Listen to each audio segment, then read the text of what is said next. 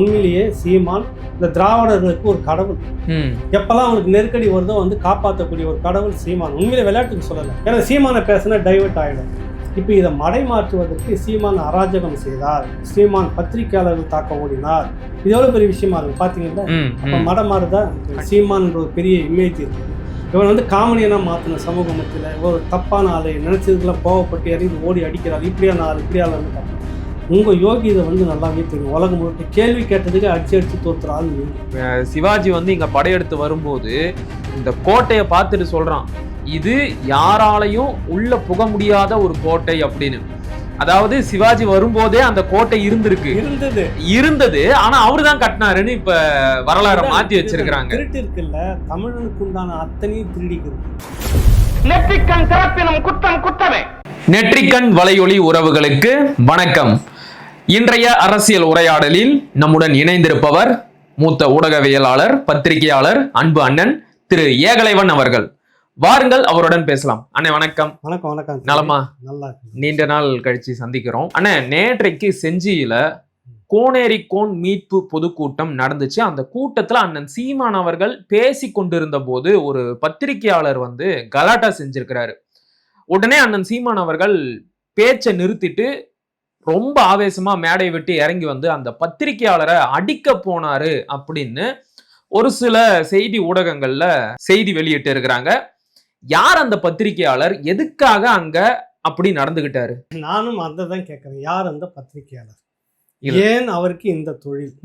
ஏன் இந்த வேலை? ஊடகம் என்பது, ஊடகவியலாளர் என்பது எனக்கு ஒரு 35 வருஷமா நாங்க பாக்குறது, செய்தியை வந்து கேட்டு வெளியில கொண்டுட்டு உங்களை வந்து நான் கேள்விகளை கேட்கறது, கேட்டு அதுக்கு என்ன பதில் எடுத்து தலைமைக்கு அனுப்புனா அவங்க எடுத்து போடுவாங்க. குறிப்பா அவர் வந்து சன் டிவி நிருபர்னு சொல்ல வராங்க. இப்போ புதிய தலைமுறை இன்னும் மற்ற சேனல்கள்லாம் வந்துட்டு பார்த்தீங்கன்னா இந்த மாதிரி நடக்கிறப்ப உடனே கூப்பிட்டு என்கொயரி பண்ணி, இது நீ மரபை மீறி இருக்கிறல்ல, தவறு நடந்திருக்குது, இது ஏதோ நடந்திருக்கு, நேரம் வருத்தம் தெரிவிச்சுட்டு உடனே அவரை வந்து சஸ்பெண்ட் பண்ணியிருப்பாங்க. இந்த மாதிரி நான் சார்ந்த பல நிறுவனங்களில் பார்த்துருக்கிறேன், நடந்திருக்கிறது. அவர் வந்து அங்கே என்ன சொல்ல வராரு, என்ன செய்கிறாரு அப்படின்னா, முதல்ல எடுத்தோடனே முன்கூட்டியே வர்றாரு. அவ்வளோ நேரம் மேடையில் அவர் உட்காந்துட்டு இருக்கிறாரு கீழே. அது வரைக்கும் அவன் பேசலை. மேடைக்கு கிளம்புறதுக்கு முன்னாடி கொஞ்ச நேரத்துக்கு முன்னாடி எனக்கு வந்து பேட்டி கொடுக்கணும், அப்புறம் எங்க மேடையில பேச போனதுக்கு அப்புறம் போறதுக்கு முன்னாடி ஆரம்பிக்கிறாரு. ஓகே, வந்து பேசலண்டா தம்பி அப்படின்னோடனே திரும்ப மேடையில போய் பேசும்போது தான் வந்துட்டு எனக்கு பேட்டி கொடுக்கணும், விவாதம் பண்ணணும். அவர் குறிப்பிட்ட ஒரு சமூகத்தை சேர்ந்தவர் அப்படின்னு சொல்ல வராங்க. அது தெரியல நமக்கு என்ன விவாதம் பண்ணணும். இந்த கோனேரிக்கோன் யாருக்கு, இது இந்த சமூகத்துக்கு இன்னொரு சமூகத்துக்குன்னு ஒரு பிரச்சனை வந்துட்டு அதுவான்னு சொல்லிட்டு பேசுறது. இது விவாதம் பண்றது நீ அங்க பண்ணக்கூடாது, இல்லை அதுக்கான இடமும் கிடையாது. அது இப்ப ஸ்டாலின் முதலமைச்சர் மேடையில ஏறிடுறாரு. உங்களுடைய சன் டிவி நிருபரையே போயிட்டு 99% நிறைவேறிச்சுன்னு சொல்லிட்டு ஒரு விவாதம் பண்ணலாம் வாங்கன்னு கூப்பிட்டாக்கா நீங்க என்ன பண்ணுவீங்க? முதல்ல அதுக்கெல்லாம் அனுமதிப்பாங்களா? கேட்க சொல்லுங்கன்ற. அதான ஊடகம், நடுநிலையான ஊடகம் சொல்றேன். கட்சி சார்பில் நீங்க சொல்லிக்கிறீங்கல்ல, அந்த எடிட்டர் சொல்லிக்கிறாருல்ல, உங்க எடிட்டர் உங்க ஊடகம் தமிழ்நாடு முழுக்க இதெல்லாம் விட்டு கேளுங்க. சீமான் போற இடத்துக்கு மட்டுமே டார்கெட் பண்றேன்னு தோணுது இல்லை, எண்ணத்தை உருவாக்குறீங்கல்ல எங்களை போன்றவர்களுக்கு. இல்லைன்னு நாங்கள் நம்புறோம், நேர்மையானவர் தான் நீங்க அப்படின்றப்ப நீங்க கேட்கணும். இந்த மாதிரி 99% பாஜக தரப்புல வந்துட்டு வெள்ள அறிக்கை வெளியிட்டு இத்தனை கோடி 99 கோடியே தரன்னு சவால் விட்டுருக்காங்க, அது ஏற்கிறீங்களா, ஒரு விவாதம் பண்ணலாம் வாங்கன்னு பேசுங்களேன். உதயநிதி பேசுகிற மீட்டிங்க்கு கீழே நின்றுக்கிட்டு இந்த நீட்டு முதல் கையெழுத்துன்னு சொன்னீங்களே, அது எப்போ போட்டீங்க, விவாதம் பண்ணணும் வாங்கலான்னு மைக்கை பிடிச்சிக்கிட்டு நிற்கும் போது நீங்கள் கேட்கணும். அதே போல் வந்துட்டு நீங்கள் சேகர் பாபு குறிப்பாக, சார் எனக்கு ஒரு விஷயம் விவாதிக்கணும் வாங்க, அது என்ன சென்னை மாவட்டத்துக்குள்ளார எந்த பிரச்சனைனாலும் நீங்கள் ஒரு மந்திரி தான் எல்லாத்துக்கும் வந்து முன்னே நிற்கிறீங்க, புரியுதில்ல? கழிவறை திறப்பு விழாவில் இருந்துட்டு கார்பரேட் கம்பெனி திறப்பு விழா வரைக்கும் உங்கள் படம் தான் சென்னை முழுக்க ஒட்டியிருக்கணும், மற்ற மந்திரியெல்லாம் இல்லையா, விவாதிக்கணும் ஐயா வாங்க அப்படின்னு பேசினா விட்டுருவீங்களா? வாய்ப்பே கிடையாது.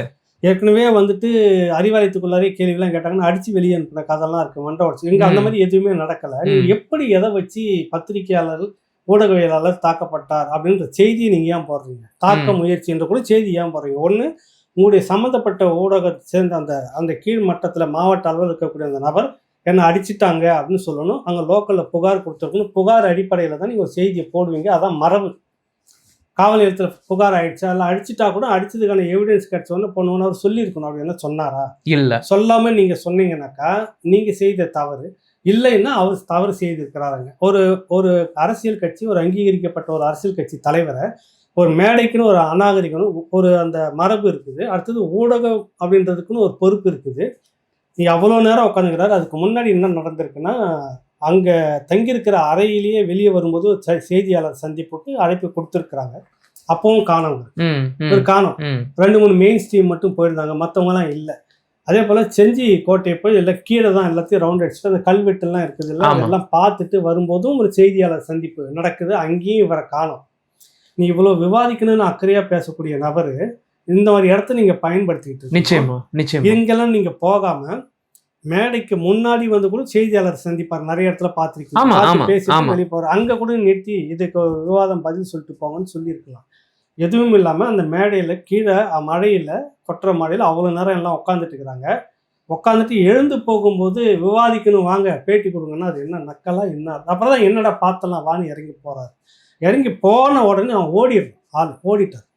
அப்போ வந்தவாசி தொகுதி பொறுப்பாளர் அந்த தம்பி தான் இடையில வந்து அவரோட வயிற்றை பிடிச்சி பிடிக்கிறப்ப தான் அவர் அந்த தோல் மேலே ஃப்ரெஷ்ஷாக அப்படி தட்டுறாரு. அதான் அடித்ததுன்னு அப்படின்னு அவங்க சொல்கிறாங்க. அது அவங்க கட்சி நிர்வாகியை பிடிச்சி ஃபோர்ஸ் பண்ணி அவர் பண்ணுறதை அடித்ததாக அவங்க காட்டுறாங்க.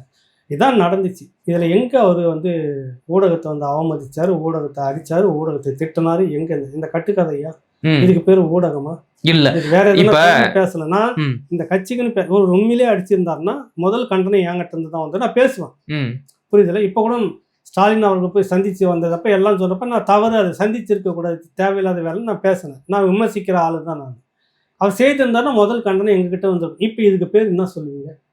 இந்த ஊடகவியலாளர் பண்றது மேலிடத்தின் அனுமதி இல்லாமல், வாய் வழியான உத்தரவு இல்லாமல் ஒரு ஊடகம் மாவட்ட அளவில் இருக்கிறவங்க இவ்வளவு சுதந்திரமா ஒரு கட்சி தலைவர்கிட்ட போய் வம்பு வளர்க்க முடியுமா? ஏன் அந்த வம்பு வளர்த்தாங்க? அதுதான் என்னன்னா 2 விஷயம் இருக்குது. ஒன்று, இப்போ சமீபத்தில் நடந்திருக்கிற இந்த விஷயங்கள்லாம் இருக்குல்ல, தூய்மை பணியாளர் போராட்டம் நாடே வந்து துப்பிடுச்சு. இந்த கட்சியை இவங்க இந்த கும்பலை நாடே துப்பிடுச்சு.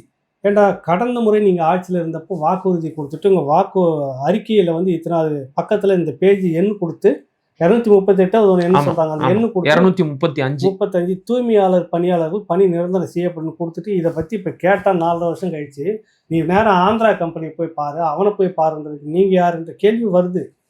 இதுக்கு வந்து இந்த விஷயத்துக்கு வந்து திமுக அரசுடைய பேர் கெட்டு போச்சு. போலீஸை வச்சு நீங்கள் அப்புறப்படுத்தின விதம் இல்லை.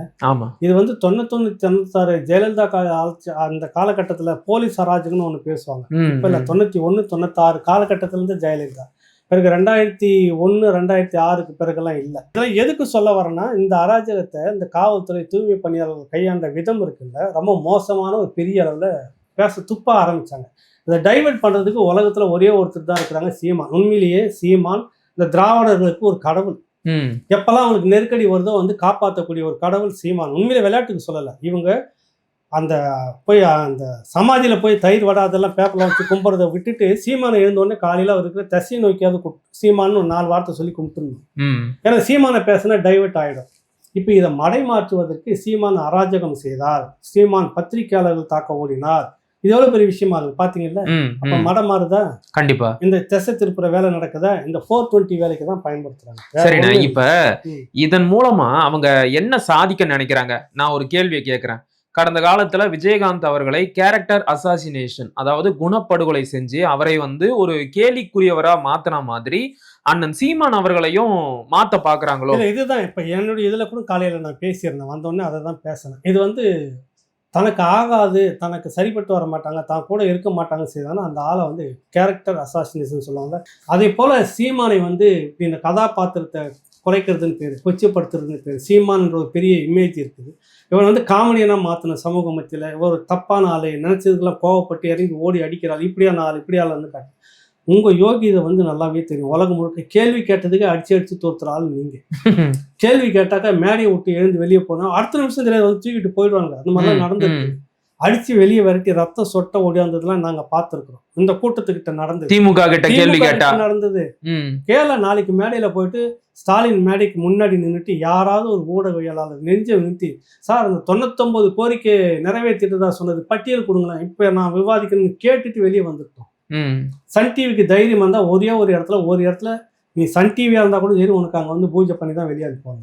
இங்கேயே தொடக்கத்துல கொஞ்ச நாள் இல்லை, இங்கேயே இதுக்கு முன்னாடி ஒரு காலகட்டத்தில் குறிப்பிட்ட 2-3 ஊடகவியலாளர்னு சொல்லிக்கிற தம்பிங்க சீமான் போற இடம்லாம் ஒரு சலசலப்பு உண்டாகிட்டே இருந்துச்சு. ஆமா, உனக்கு என்னதான்டா பிரச்சனை, இதே மாதிரி தான் ஒரு நாள் உனக்கு என்னதான்டா பிரச்சனை, உனக்கு நீ ஏன் எல்லா இடத்துலையும் இதே மாதிரி வந்து பண்ணிக்கிற, நேருக்கு நேரம் கேட்டு அவனை அம்பலப்படுத்தின பிறகுதான் இதுக்குன்னு சில கூலிக்குன்னு மாரடிக்கிற ஒரு கோஷ்டிகளை வச்சுக்கிட்டு ஊடகன்ற பேர்ல இவங்க வந்து இந்த கூலிக்கு மாரடிக்கிற கோஷ்டிகளை வந்து உட்காந்துக்கிட்டு சீமான் வந்து இது ஏன்டா நீ இவ்வளோ யோக்கியமா இருக்கிற, சீமானிடம் கேட்ட கேள்வி நீங்க ஸ்டாலினிடமும் உதயநிதியிடமும் சேகர்பாபுடமும் கேட்டுட்டு நீ வெளியில வந்துருங்க பார்ப்போம், அந்த இடத்த விட்டு வெளியில வந்துருங்க. இன்னொன்னு இதுல வந்து ஒரு சமூகம் சார்ந்த பிரச்சனையும் இருக்குன்னு சொல்றாங்க. நான் அந்த கேள்வியை கொஞ்சம் விரிவா வச்சிடுறேன். இப்ப நம்மளை பொறுத்த வரைக்கும் நாம என்ன சொல்றோம் அப்படின்னா, செஞ்சிக்கோட்டை என்பது கோனேரிக்கோன் கோட்டை அப்படின்னு சொல்றோம். ஆனா வன்னிய சமூக மக்கள் என்ன சொல்றாங்கன்னா அது வந்து காடவராயன் கோட்டை அப்படிங்கிறாங்க. அப்ப இதுலயே வந்து பிரச்சனை தொடங்குது. நீங்க சொன்ன மாதிரி அந்த பத்திரிகையாளரும் அதே சமூகத்தை சேர்ந்தவர் தான்.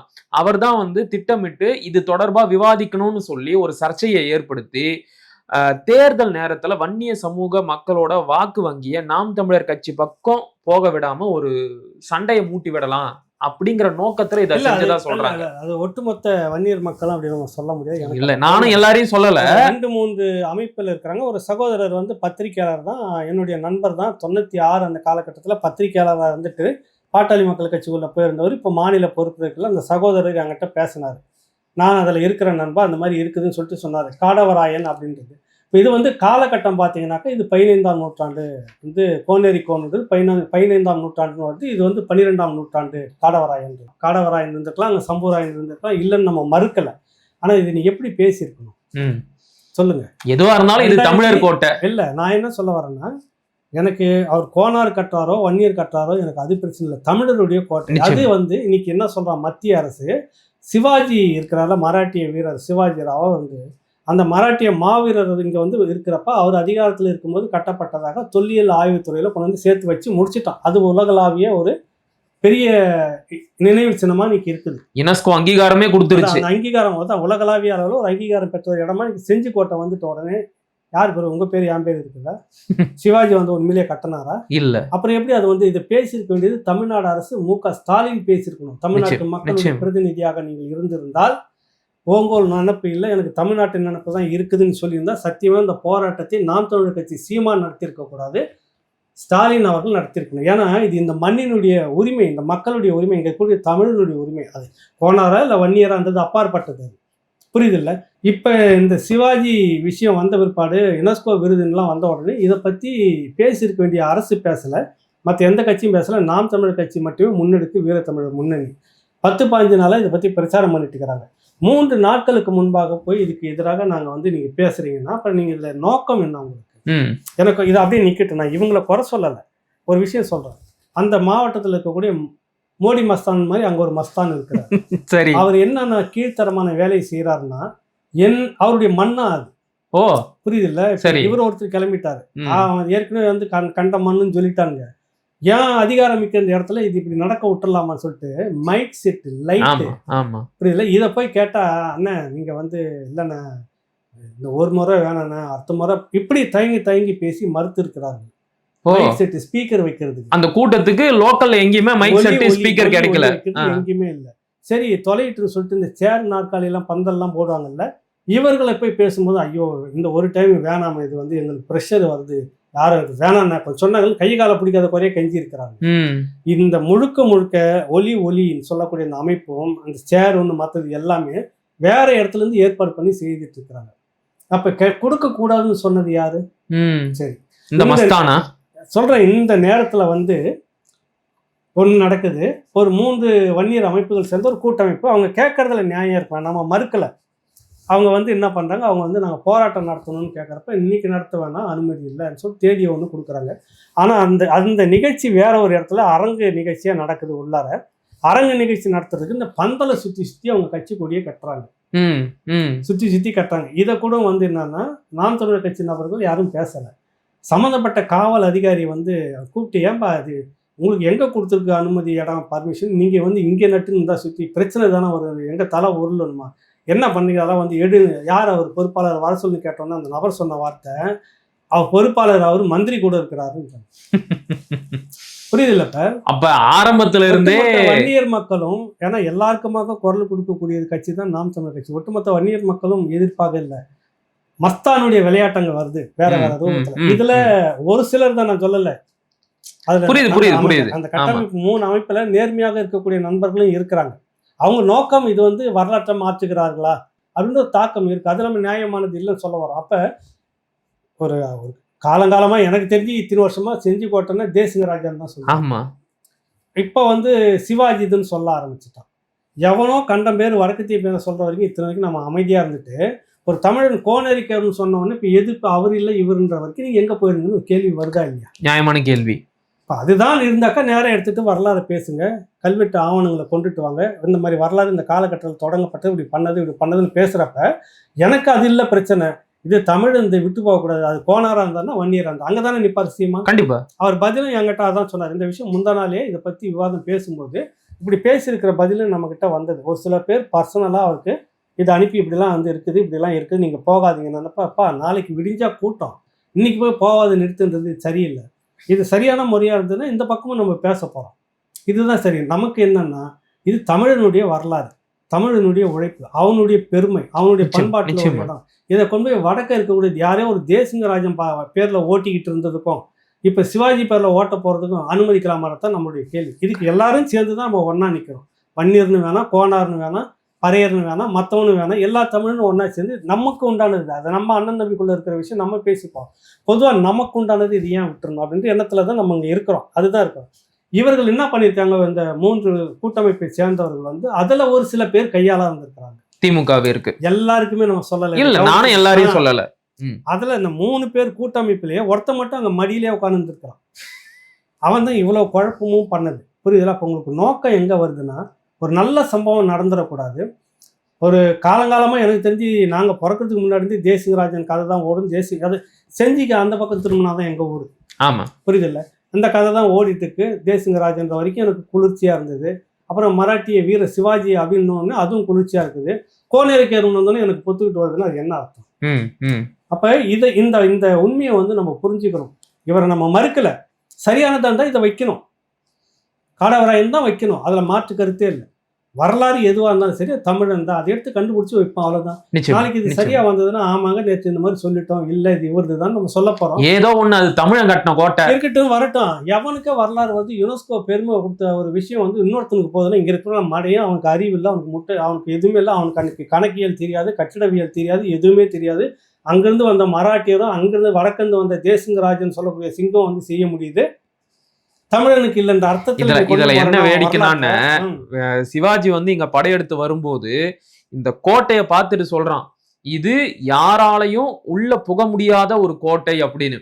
அதாவது சிவாஜி வரும்போதே அந்த கோட்டை இருந்தது, ஆனா அவருதான் கட்டினாருன்னு இப்ப வரலாறு மாத்தி வச்சிருக்காங்க. திருட்டு இருக்குல்ல, தமிழனுக்கு உண்டான அத்தனையும் திருடிக்கிறது.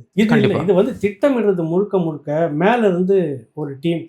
இதுக்கு ஏற்ப அங்க இருக்கக்கூடிய மஸ்தான் விளையாட்டு. இந்த மஸ்தான் வந்து ரொம்ப காலத்துக்கு இப்போ இந்த வரக்கூடிய இந்த தேர்தலில் 26 தொகுதியில் முதல்ல ஜெயிக்கிறாரா இல்லையான்னு பார்க்கட்டும். புரியுது இல்லை உங்களுக்கு? இவ்வளோ நாளாக அந்த ஒரு லைட்டு கொடுக்கக்கூடாது, டியூப் லைட் கொடுக்கக்கூடாது, சேர் நாற்காலி கொடுக்கக்கூடாது, ஒலி சவுண்ட் பாக்ஸ் கொடுக்கக்கூடாது, மைக்கு இதெல்லாம் எதுவுமே இருக்கக்கூடாது. வேலை செய்யக்கூடிய ஒரு நபர் எந்த மாதிரியான தரம் தாழ்ந்து செயல்படுற கூட்டமாக நீங்கள் இருப்பீங்க. அப்போ இந்த சீமானுடைய அரசியல், ஏன்னா உலகமே பார்த்துட்டு இருக்குது இந்த தூய்மை பணியாளர்கள் விஷயத்தை. யாருமே வரல, எல்லாம் ஓடி முற்போக்கு பேசணும்லாம் போய் அடமானம் வச்சுட்டு உட்காந்துட்டு இருக்கீங்க. ஒத்த மனிதன் 2 நாளாக அந்த கூட்டத்துக்குள்ளே வந்தோடனே மிகப்பெரிய அளவில் ஃப்ளாஷ் ஆகுது செய்தி. உங்களுக்கு புரியுது இல்லை? உடனே நீங்கள் வந்து ஒரு உத்தரவு வந்து யாரோ ஒருத்தர் நடந்து போனாங்களாம், எனக்கு கூட தான் நடந்து போகிறதுக்கு இடைஞ்சலாக இருக்குது, வாக்கிங் போக முடியல, அந்த சமாதி அதுவும் கூட அவங்க ஆளு தானே, அந்த கேஸ் போட்டது கூட அவங்க ஆளு தான். நான் அதை தான் சொல்ல வரேன், புரிஞ்சுங்க. எனக்கு இப்போ அங்கே வாக்கிங் போகிறது பீச்சில் டிஸ்டர்பாக இருக்குது, கூட்டம் இடைஞ்சல் நெரிசலாக இருக்குது. அப்படி வரீங்க, எனக்கு நடக்கிறது டிஸ்டர்பாக இருக்குதுங்க, நடக்க முடியலங்க, கைவீசி நடக்க முடியலங்க, சுதந்திரமாக போக முடியலங்க, கண்டவங்க உள்ளே வந்து பண்ணுறான். நான் அண்ணா சதுக்கத்துடைய காவல் நிலையத்தில் புகார் நான் கொடுக்குறேன். அந்த புகார் மேலே வந்துட்டு நடவடிக்கை எடுக்கணும்னு நீதிமன்றத்துக்கு போகிறேன். அரசு தரப்பு வழக்கறிஞர் வந்து ஆமாம் மயிலார் தீர்ப்பை நான் சொல்லலை, அரசு தரப்பு தான் வாதாடுது. அரசு தரப்புடைய சீனியர் அட்வொகேட் வந்து ஆமாங்க நாங்களும் எடுக்க சொல்லி உத்தரவிட்டுக்கிறோம், நீ சொல்ல வாய் திறந்து. அங்க மட்டும் 1000 காரணத்தை கொண்டுட்டு வரீங்கல்ல. இங்க எங்கேயோ ஒரு இடம் வந்து மக்கள் வந்திருக்கிற இந்த மண்ணுக்கும் இந்த இடத்துக்கும் சொந்தமான மக்கள் அவங்க காலங்காலமா உழைச்சிட்டு நீ கூச்சப்படுறது 2 கையால அள்ளி வந்து கொண்டுட்டு போறது. ஒரு கவிதை இயக்குனர் நம்ம இவர் தான் சொன்னாரு, நம்ம உங்களுக்கு வந்துட்டு அருள்ராஜ்னு சொல்லிட்டு ஆ, அந்த நாம் தமிழ் கட்சி ஆவண படம் வரப்போ பின்னணி குரல்லாம் வருது பாருங்க, அவருடைய குரல் அவர் அருமையான குரல் அவர் சொன்னாரு, 2 கையில் எது பீச்சாங்கை. தூய்மை பணியாளர்களுக்கு மலம் அள்ளும் போது 2 கைகள் எது பீச்சாங்கைன்னு ஒரு கவிதையை நான் படிச்சேன்னு அவர் சொன்னார். அதை அந்த அளவுக்கு வந்து வேலை செய்யக்கூடிய அந்த மக்களுக்கு யாரும் வந்து கூட நிக்கல. இவ்வளவு முற்போக்குவாதி சமூக நீதி பேசுற நீங்க ஒருத்தர் கூட வராம அதுல சீமானு போய் நிக்கிறாரு, பெரிய அளவுல கிளாஸ் ஆனாலும் அடுத்தது பேரை நீங்க கெடுக்கணும்ட்டு இப்படி மெனக்கிட்டு வரேன்னா இது 4ஆம் தர அரசியலா என்ன அரசியல்? நிச்சயமான இதுதான் நம்ம கேட்க வரோம்.